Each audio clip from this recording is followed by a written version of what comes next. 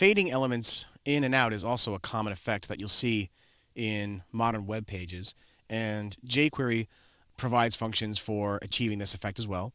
You can fade images or other elements either completely in or out, or you can fade them to a predetermined level of opacity so that they're transparent. And you can select the speed of how fast things are faded either in or out by using strings like slow, normal, or fast, or as a millisecond duration. And you can see here in the table there's three routines that perform fading. There's the fade in, there's the fade out, and fade to.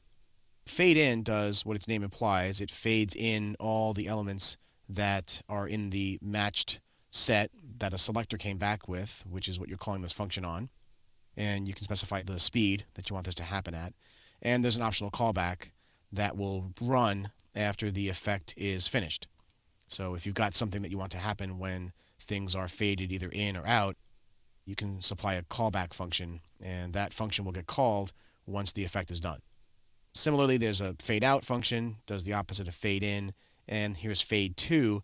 And for fade to, there's a speed and callback function, but there's also the opacity level that you want the object to fade to. So anywhere between 0 and 1.0, that will be the percentage of transparency that the object will fade to. Let's jump over to the code and see how these work. So here we have the div element, and nice big blue div sitting in my document. And I've got a couple of buttons down here, and the buttons will perform various functions. So I've got fade in and fade out, and then a couple of values for fade to. So it's already faded in. Let's try fading it out. So when you fade it out, you can see it slowly disappears. Fading it in makes it slowly appear. And we can also fade it down to 30%, and we can fade it up to 100%. So let's take a look at the code and see how this works.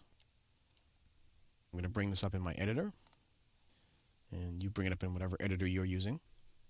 You can see that there's some jQuery code there that's using the fade functions, but before we take a look at that, let's scroll down here. You can see here's the element, and here are the buttons. And I've got my various buttons for fading elements to various states. So let's scroll back up to the code. So here we are when the document is ready. We assign some event handlers, and each button gets a click handler. So for fading in, we have a fade in function and fade out. And again, I can control how fast I want these to happen. So I've got some speeds that I've specified here, but if I want something to fade out very slowly, instead of using normal, I can specify a duration like 4,000, and that will fade out after 4 seconds. And I can supply a function that will get called when it's done.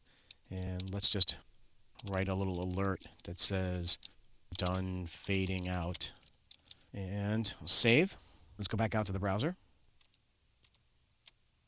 Let's refresh. Again, the fading works. When I click fade out, it's going to very slowly fade over 4 seconds, and my callback gets called. So let's just quickly make sure that this works cross-browser like we say it does. Let's bring this up in Firefox. I'm going to open this up with Firefox. And there it is. Fading to 30%, fading to 100%. And we can fade it in. So let's fade it out. There it goes over 4 seconds. There's my alert. Let's fade it back in. That's a quick summary of the fading functions.